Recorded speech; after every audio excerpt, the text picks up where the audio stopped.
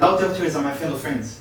Ever experienced a site gathering all dramatic views, acoustic nature, and the charming nature aroma all together? I'm not bragging about our site, but it's really good. So let me introduce you all to Site B. It's located in Bukit Tabur, Gombak at Forest Reserve in Selangor, Malaysia. Let me give you further insight about our site. So Bukit Tabur is 14 kilometers long, visible from various spots in Kuala Lumpur. It rises at a height of 357 meters, famous for hiking at 280-meter climbing height. The peak offers a view to the Klang Gate Dam and panoramic views toward the north. It's divided into the eastern and western section by the dam with 4 district trails. About the zoning, the area of the site is 510 meters square and slope area with lengths of 30 meter and width of 17 meter. As it's shown here, our section YY and XX both show the cross-section of context around the proposed site. Strength, the site is visible from various spots in Kuala Lumpur, near to the lake, which gives a good view. As weaknesses, entrance to the site is restricted, can be accessed at Bukit Tabur entrance. The surrounding area is inactive, people only go for hiking. No available parking near to the place. Opportunities, opportunity to become a place for development of a place of retreat. Threats, lack of security around the place, wild animals around the area at night. About the climate, it enjoys a moderate temperature for an average of 30 degrees maximum and 25 degrees minimum. Rainy days range between 7 and 22 days per month. Water temperature ranges between 27 and 30 degrees. Precipitation range between 4 and 12 millimeters per day. Hours of sunshine range between 5 and 7 hours per day. Hours of daylight is between 12 and 12.5 per day. Humidity range between 18 and 84%. Wide range of wind direction, but most of it comes from the south. Weaknesses, the high level of humidity makes it uncomfortable. The wind speed is not enough to wash the humidity in the air. Trees blocking the south wind. Opportunities, long period of sunshine will help the solar system to be more efficient. The wide direction of winds will help us to add more ventilation to the house. Threat, raining days will attract insects to the house. Rain will make the slope slippery. Synthesis for the climate, orienting the building toward the south to enjoy and maximize the efficiency of the ventilation in the house, since most of the wind is coming from the south and the southwest. Enlarging the opening of the windows to increase the efficiency of the ventilation in the house. Removing the trees from the southwest, since it's blocking the wind, and place it at the southeast to maximize the shading. Elevate the building to protect it from the raise of water level. Tilting the roof to the east to maximize the efficiency of the solar panel if applied. Assalamualaikum, my name is Naziro. So next we're moving to natural features. Based on our finding and research from MyBIS, which is Malaysia Biodiversity Information System, we have found out that there's a few types of trees that exist here at Bukit Tabur, like Alissanthia rupestris and Syzygium bornis. So next we're moving to the SWOT analysis. We have made an analysis here for the natural feature. We found that the strength here is the site already have a good natural sun shading from the tree itself, and the tree provide a very good, fresh and clean air to the site. But the weaknesses here is the tree may lead to the difficulty in building house later, and the soil erosion may occur when the construction is done. But there is an opportunity here. The opportunity here is the building will have a good nature setting with all the trees, and surely a good retreat house could be achieved with the environment of the site. But the threat here is the presence of bugs like mosquito and other insects. Alright, so we have come up with some synthesis based on the analysis here. So the first is existing tree will be remain for the natural sunshade and to avoid the site from becoming too hot.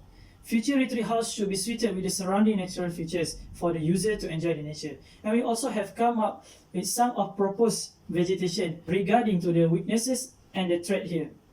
The first proposed vegetation is neem tree that can be planted on the hill to withstand erosive forces. Next is lassie tree.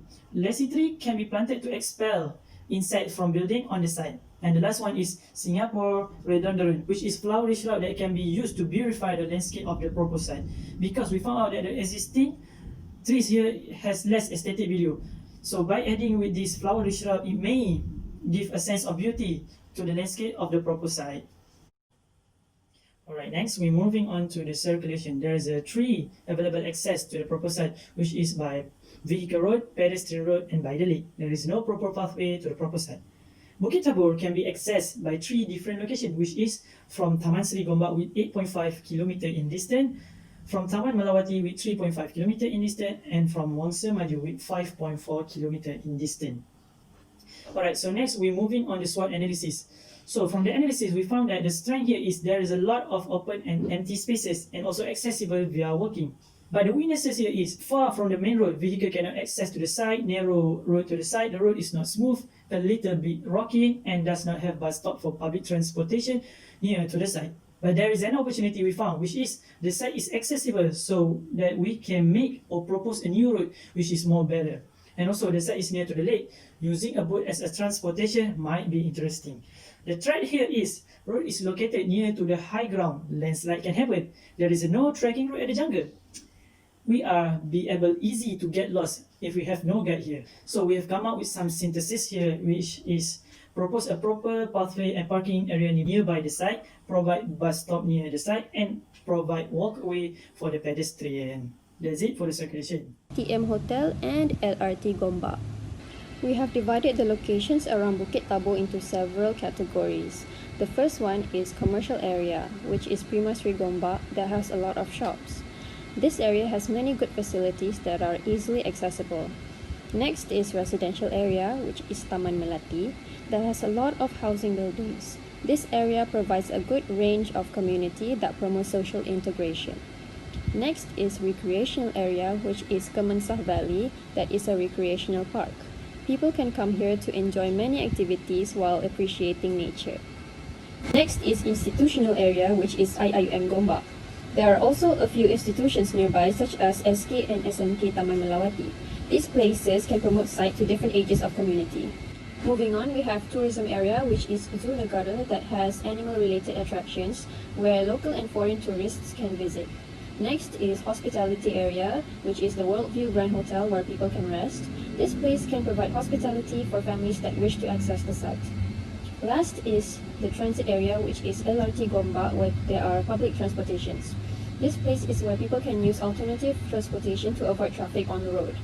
From the observation of the neighborhood context around Bukit Tabur, the strength for the site is that it is located at a strategic location surrounded by many convenient areas. However, the weaknesses are that the road needs construction maintenance and how costly it is. The opportunities of the site are potential hotspots set up for advertising purposes and the natural greenery that can attract tourists. The threat, however, is the issue of traffic disconnecting outsiders from accessing the site. For human and culture, the population is gathered from the neighborhood context within 2-kilometer radius from Bukit Tabur. We can see that there are a lot of public facilities and residential areas nearby. For example, the nearest places are Hentian Taman Melawati, SK Taman Melawati, Taman Bukit Mas, Masjid Al-Mardiah, River Source Center Klang, and Bukit Tabur Retreat. The activities that can be done near the site are swimming, hiking, camping, and jungle trekking. We divided the occupations around Bukit Tabur into business and government category. For the business category, it consists of Stonemate Sendirian Berhad, Kalian Engineering, and Santa Fe Interior Architecture. Meanwhile, for government category, it consists of teachers and train conductors. Next, from the graph, the highest number of the ethnic group around Setapak area shows that Malay and other indigenous groups are more than the Chinese and Indian, while the lowest was other ethnic groups. Moving on, this data was taken from the number of population in Setapak area because Bukit Tabur is located in the Setapak zone. Majority of the population in Setapak area are Malaysian, while there are only a few people from other nationalities. Furthermore, from the gender data of population recorded, the number of males are higher than females. Based on the data for age distribution, it shows that people among 20 to 29 years old are the highest population in the area. Meanwhile, the older generation gradually decrease according to the numbers of age distribution. From all the information that we collected from Bukit Tabur, the strengths are the site is located near public facilities and there are many job opportunities around the area. The weakness is that the road is congested with many vehicles, especially during peak hours. Next, the opportunity of the site is that high chances of young generation to be regular tourists of the site and that a lot of recreational activities can be done around Bukit Tabur. Last but not least is the threat, which is that the proposed site is far from the medical center in case injuries occur.